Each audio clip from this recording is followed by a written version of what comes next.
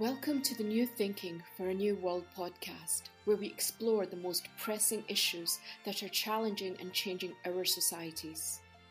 We are looking for new thinking and new solutions wherever we can find them. Listen as host Alan Stoga, the Thalberg Foundation's chairman, challenges his guests for analysis, ideas and actions. Together, we can help make our world at least a bit better. Latin American democracy is in trouble.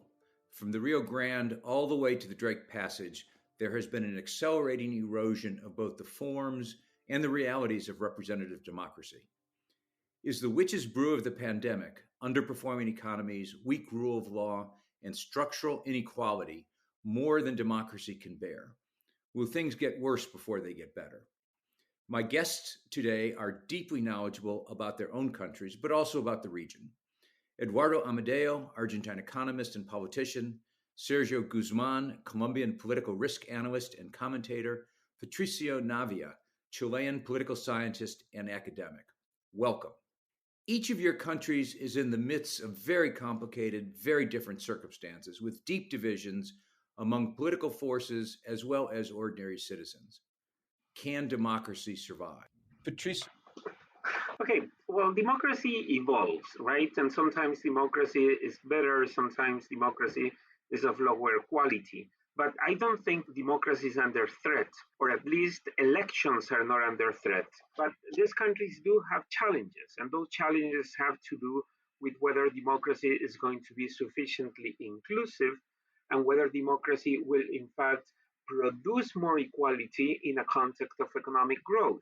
The worst case scenario, and this is something that we have seen in Latin America before, is that in attempting to produce more equality, countries end up being equally poor. And in many cases, they end up being poorer and still unequal. So they do have challenges ahead. It's not guaranteed that they will succeed in facing those challenges, because one of the biggest challenges the countries have, even more than to produce equality, is to produce sustained growth. And that seems to be a really big challenge that no Latin American country at the present time is able to successfully meet. But are people beyond the elite invested in the process of rewriting the rules? Sergio. Absolutely. And I think that the demand or the cry in the streets is not for less democracy, but for more democracy, for more participation, for them to be more involved in the government's decisions, for the government to be more transparent and to consult with people more, for the government to increase its presence in the most rural areas of the country that it didn't come to only in the form of the military or the police. So right now, democracy, which used to come in the form of military presence, is being requested and demanded in the form of accountability, institutional presence, and why not responsibility by members of Congress. And so we have these institutions that were meant to uphold democratic values that are falling short because expectations are now increasing. In effect, you are talking about the social contract between government and citizens. Eduardo, the social contract in Argentina has been broken so many times that I wonder if it's possible to put it back together yet again. Definitely. I think that democracy it's not at risk. But I mean, probably violence could be around the corner. I mean, it does not mean that because there's going to be violence, democracy will die. But in my country, the number of uncertainties that we have is too big. We do not know what's going to happen. I mean, poverty at record levels, unemployment, zero financing for the state, awful administration of the pandemic, very low levels of vaccination, permanent risk of currency run, etc. All this type of madness that have defined Argentina for the last, I don't know how many decades. So just to answer your question, I think that democracy is not at risk, but definitely what's the way out to this situation? I cannot tell. I cannot tell. For the time being, Peronistas are keeping the country peaceful in a way because they're spending billions in food and support for the poorest people. But this may change from one minute into another, as it happened before, because, for example, of inflation. If we have a new wave of inflation, we already have inflation, but I would say hyperinflation. No one knows what would happen. So, just to finish this first intervention, the question is, we do not know what sort of democracy we are going to have. We are going to have the democratic regime or just elections. We do not know. The risk is too high.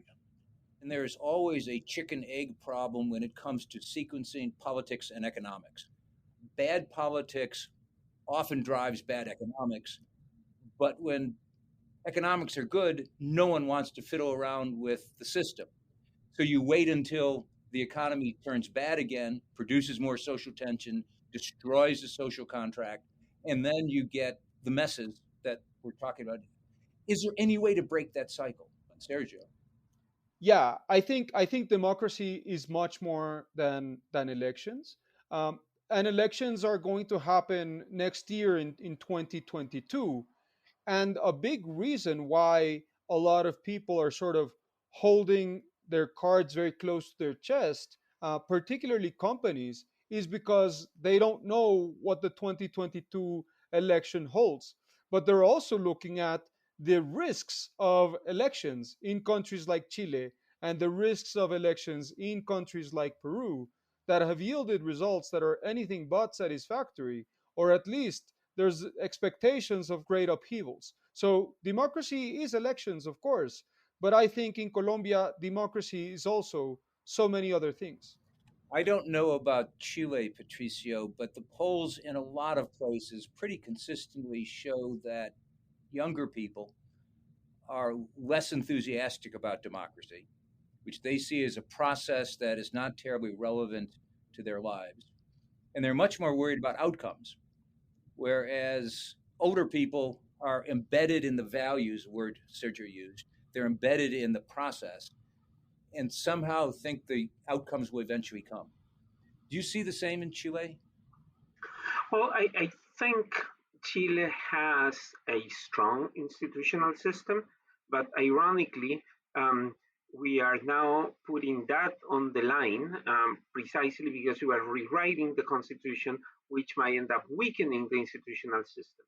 So people did go out to the streets. They wanted more equality. They wanted more social services, more social rights. And the response the political class gave them was okay, so we'll rewrite the rules of the game rather than increase social expenditure, rather than increase social rights.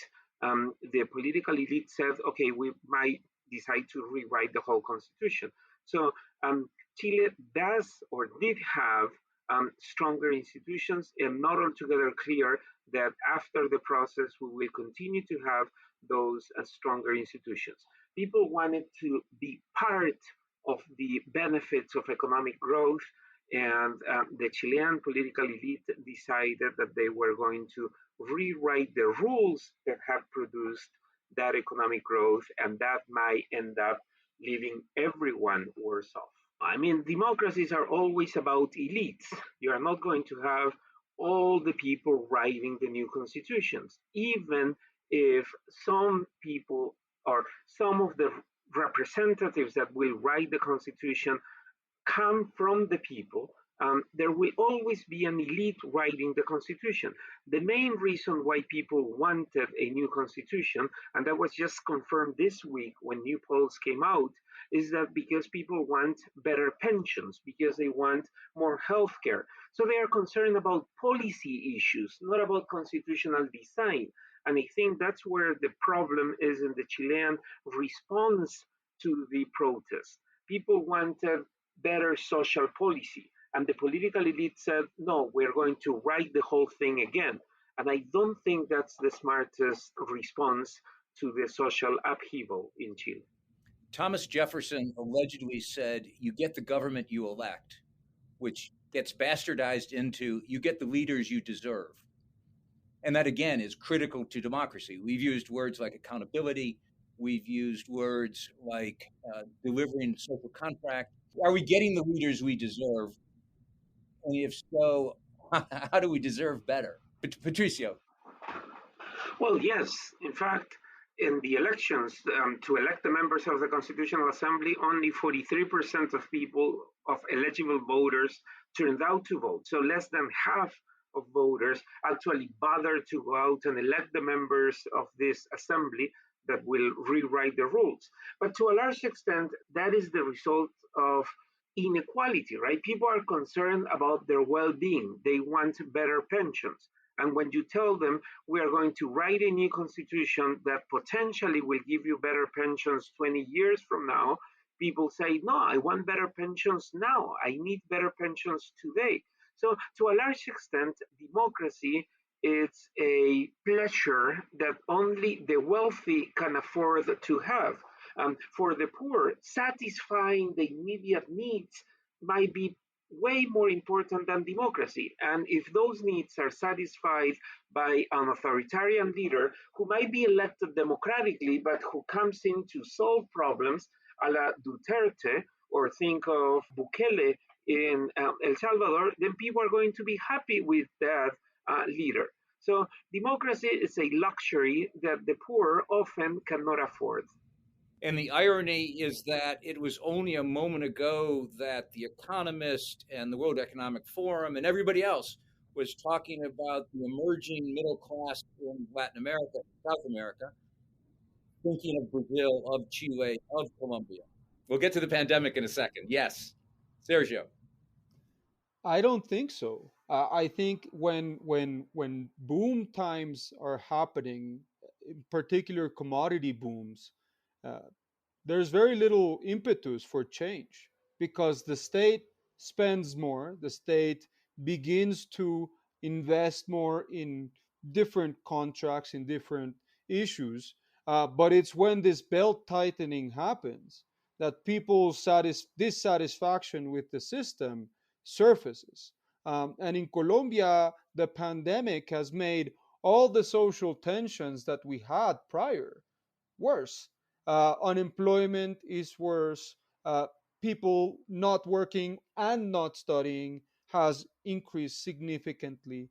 Inequality has grown quite significantly as well. But also, there's an element, I think, in the vaccination because vaccines touch people very personally, how the state is able to affect their livelihoods or at least their ability to survive. And what we've seen in many places in Latin America is the state's complete inability to keep its populations alive.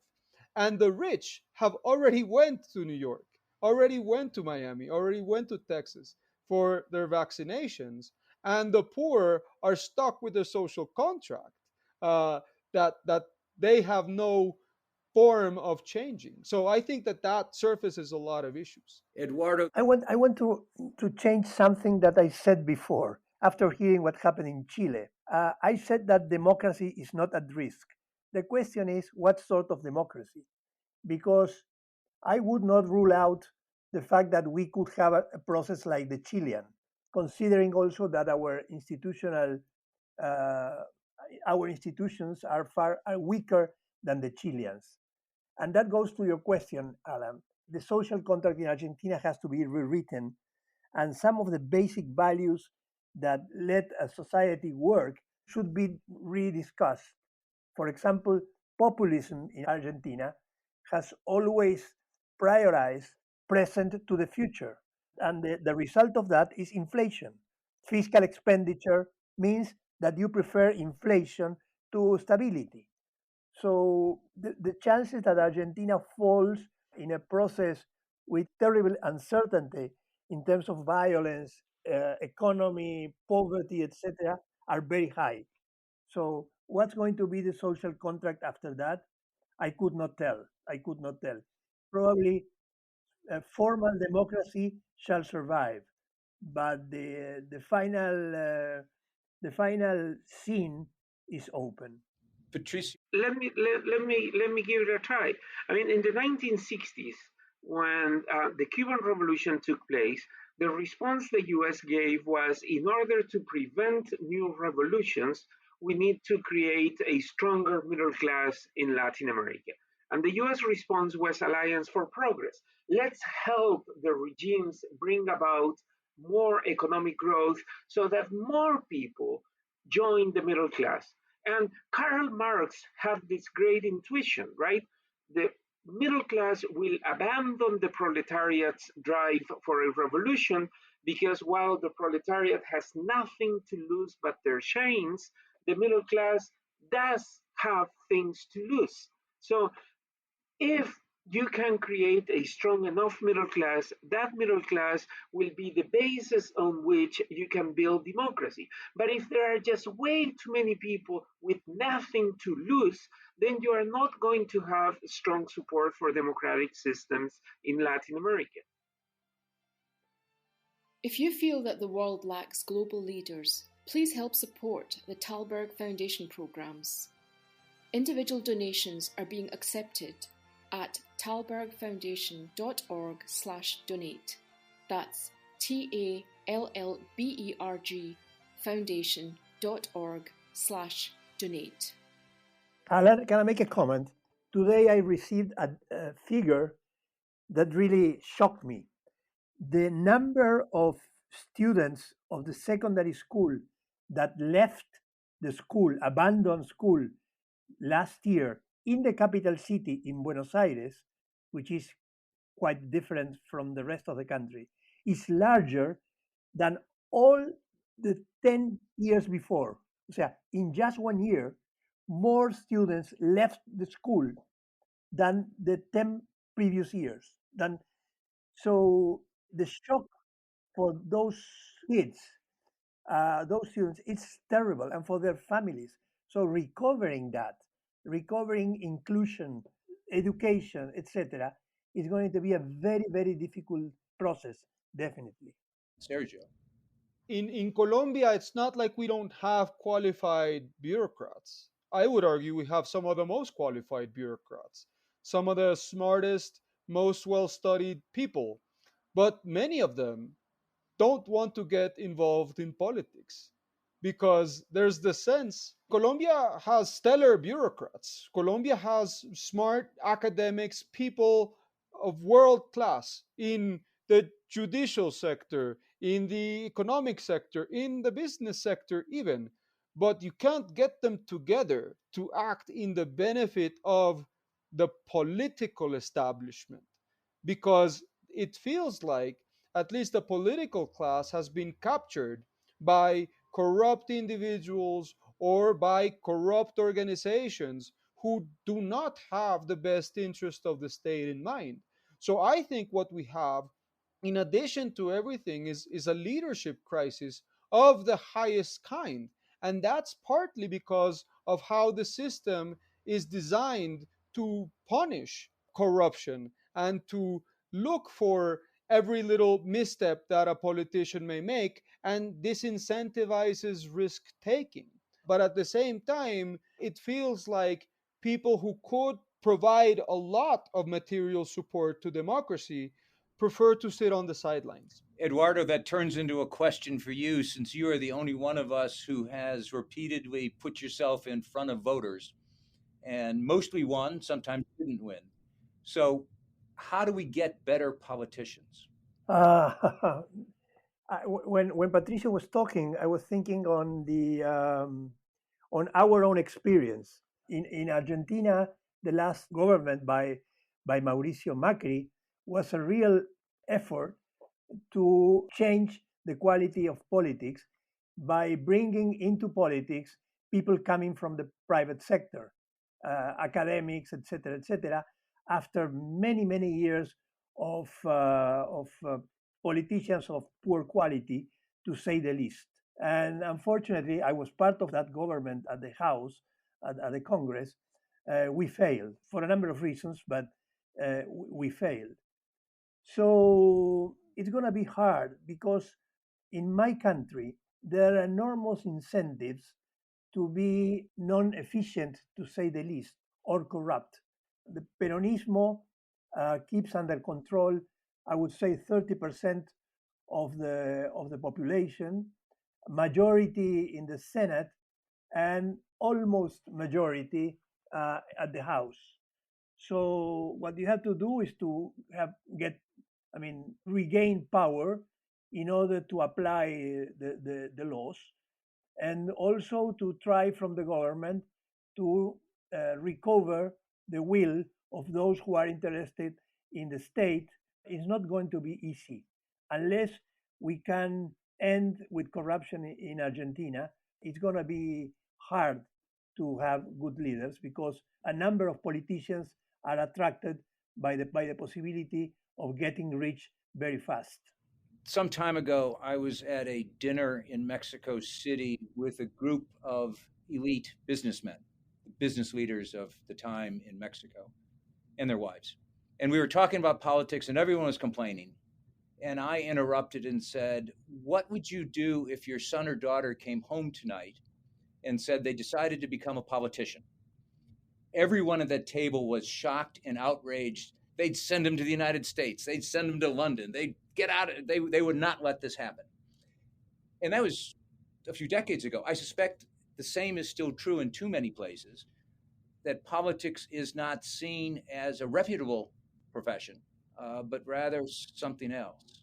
Patricio, you spend a lot of time with kids. How do we get them to become politicians? Good politicians, not bad politicians. Well, I think incentives are way more important than personalities, right? So if you put the right incentives in place, then even bad politicians will behave properly. And people understand that, right? So in sports, when you put the right incentives in place, they play sports and not fight with each other. And the same is true for the political world. You have to have the right incentives in place. Now, one of those incentives has to be something that is not very popular. You have to pay politicians well. If you do not pay politicians well, they will find other sources of income, and that's precisely what we don't want them to do. You also have to allow for their re-election. They have to be allowed to develop political careers. And in many places, we're moving away from that, limiting the re-election of politicians because people want new faces. But politicians should be seen as doctors. You don't want somebody to be a doctor for 4 years and then go do something else, right? You want somebody to be a good doctor for many, many years. And in fact, you should think of politicians as doctors and political parties as hospitals. You don't want to deal with them all the time, but you certainly want them to be the best. And I think we're moving in the opposite direction by getting this idea that anybody can be a politician. And it's just a matter of getting somebody from the outside and letting that person lead the country.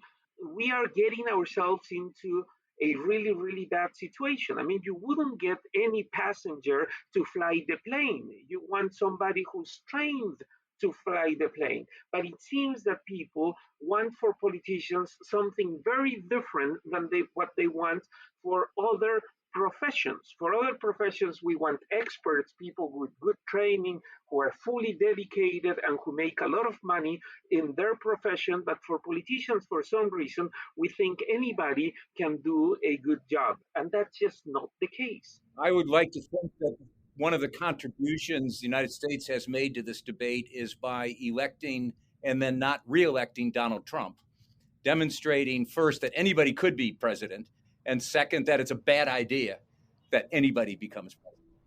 No, look, Sergio, last thoughts. look, I think a lot of the people, a lot of the young people particularly, feel frustrated with the system, feel frustrated with the system that the previous generation left them. They feel frustrated with the pension system that they're not going to be entitled to have, probably. They feel upset that there's corruption, that there's infrastructure deficiencies, that there's education deficiencies, and they need positive roots to channel that energy in terms of democracy.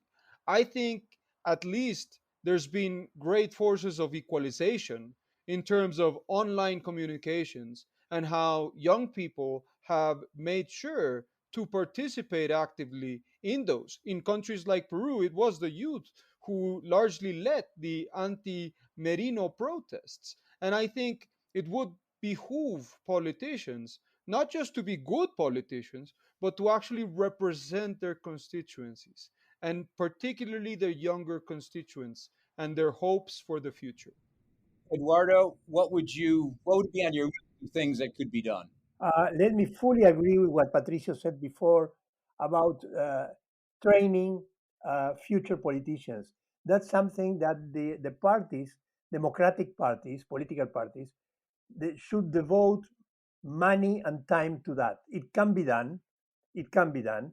It will take time to have those new politicians prepared, but it's something that has to be done at the level of the political parties.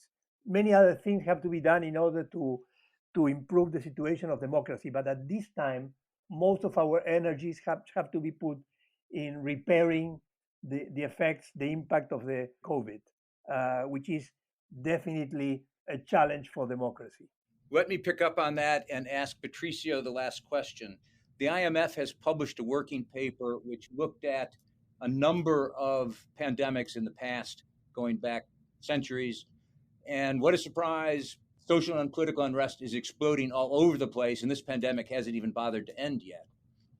So, Patricio, are we fated just to have to cope with this mess, that there's positive ways out of it, knowing that it's coming at us? This is looking at a wave and it's about to crash upon us. Well, pandemics exacerbate inequality because some people die, other people don't. Some people get a vaccine, other people do not. And then the economic crisis affects some people way more than others. So we're going to see higher levels of inequality in a region that was already very unequal. So pandemics are going to worsen the situation, but they also provide a great opportunity for both those interested in promoting democracy and those interested in promoting equality. So the US, for example, can be way more proactive in helping Latin American countries access the vaccine so that the governments can show people that everyone has a good chance at getting vaccinated and that the country will overcome the pandemic. The US has a great tool and it should use it way more in promoting democracy and good governance in Latin America. So there are some opportunities, but I'm a bit concerned that the US is not jumping at the opportunity of using vaccine diplomacy to promote accountable governments and well functioning democracies in the region. I think we need to end on that note because I can't imagine the defense for the lack of vaccine diplomacy, because you are clearly right. There is an enormous opportunity. And it's not just because it's in the interest of your countries, it is obviously wildly in the interest of the United States that the kinds of social and political and economic tension that we've been talking about in this podcast are resolved, that we move into a better place. Thank you very much, Eduardo, Patricio, Sergio. Thank you, Alan. Thank you, Alan.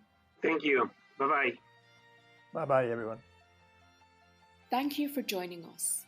Please rate our show on Apple Podcast and subscribe. Meanwhile, you can find us on Facebook, Twitter, and Instagram, or you can subscribe to our newsletter at tallbergfoundation.org to learn more about our work. That's TALLBERG foundation.org. Thank you, and we'll be back again next week for another episode of Tallberg's New Thinking for a New World.